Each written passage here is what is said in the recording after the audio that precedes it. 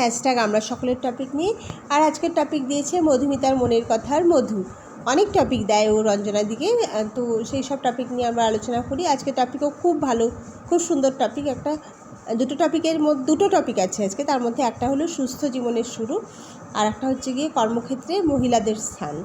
তো দ্বিতীয় বিষয়টা তো বেশ বিতর্কিত বিষয়, তো বলতে শুরু করব। তার আগে বলি যে আমি আজকে অফিস যাওয়ার রাস্তায় এই ভিডিওগুলো তুলেছিলাম, সেইগুলোই তোমাদের সঙ্গে শেয়ার করছি আর আজকে টপিক নিয়ে আলোচনা করছি। তো প্রথমটা হচ্ছে কি সুস্থ জীবনের শুরু।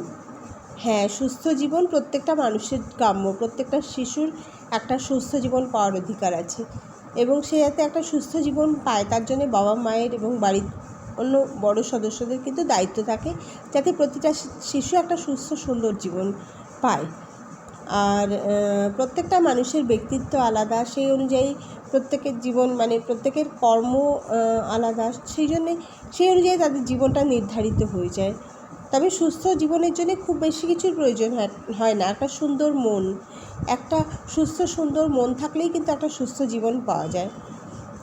এটা আমরা অনেকবার এই কথাটা বলেছি যে শুধু টাকা পয়সা থাকলেই হয় না। আমার অনেক টাকা আছে, আমার গাড়ি বাড়ি সব আছে, তাহলেই যে আমি একটা সুস্থ সুন্দর জীবন যাপন করতে পারবো এরকম নয়। কিন্তু আমার যদি একটা সুন্দর মন থাকে তাহলে আমি একটা খুব সাধারণভাবে থেকেও কিন্তু আমি সুন্দর জীবন যাপন করতে পারি, একটা সুস্থ সুন্দর জীবন পেতে পারি। তো সবটাই মনের উপর। আমি ভালো আছি কি মন্দ আছি সবটাই নির্ভর করে আমাদের মনের উপর। আমাদের মনই ঠিক করে দেয় যে আমি ভালো আছি অথবা মন্দ আছি। সেই জন্যে মনটাকে আগে নিজের নিয়ন্ত্রণে আনা দরকার, যে আমার মন থাকবে আমার কন্ট্রোলে।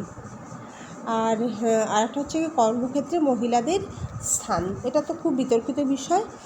আমার তো মনে হয় এখনও মহিলারা যথাযোগ্য সম্মান অনেক ক্ষেত্রে পান না, এবং পান না যে তার জন্যে কে দেয় না। আমি সেই ক্ষেত্রে প্রশ্ন আসবে যে কে দেয় না, আমাদেরকে দেওয়ার অধিকার কার আছে? সেটা তো আমার নিজের। আমি যথাযোগ্য সম্মান পেলাম কি না সেটা আমার কাজ দিয়ে আমি আমার যদি কাজ সঠিক হয় তাহলে আমাকে যথাযোগ্য সম্মান দেবে।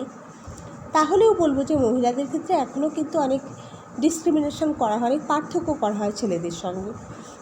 কয়েকদিন আগে আর একটা কথা বলি যে আমার হাজব্যান্ডের বিজনেস, তো বিজনেসের ক্ষেত্রে ওর কিছু কর্মচারীর দরকার, দু একজন কর্মচারী আগেও ছিল, তো আরও কর্মচারীর দরকার হয় আর কি। এখনও নতুন একটা বিজনেস শুরু করতে চলেছে, তো সেটাতে ওর কর্মচারীর দরকার হবে। ও বলছিল যেটা বলছিল যে আমি রাখলে মেয়েদের রেখে দেবো, মেয়ে কর্মচারী রাখবো।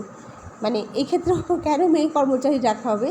কারণ হচ্ছে কি তাকে কম পয়সা দিয়ে রাখা যাবে, তার স্যালারিটা কম দিলেও হবে। কেন কি বেশিরভাগ ক্ষেত্রে মেয়েরা কাজ করতে আসে সংসারের একটু অল্প হেল্প করার জন্যে।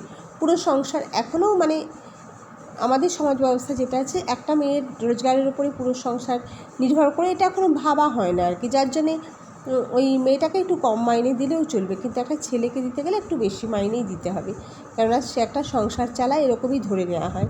সেই হিসেবে একটা পার্থক্য করা হয় ছেলে মেয়েদের মধ্যে। এরকম অনেক পার্থক্য আমি নিজেও চাকরি করতে গিয়ে বুঝতে পেরেছি যে পার্থক্য এখনও করা হয়, এবং সেটা জন্যে মেয়েরাও কিছু অংশে দায়ী আর কি। সে যদি তার পুরো দক্ষতা দিয়ে সমস্ত কাজ সে করছে না এটা বলছি না, করে, অবশ্যই করে। মেয়েরা অনেক দক্ষতার সঙ্গে অনেক বেশি সময় দিয়ে অনেক পাংচুয়াল হয়, এটা আমি আগেও বলেছি।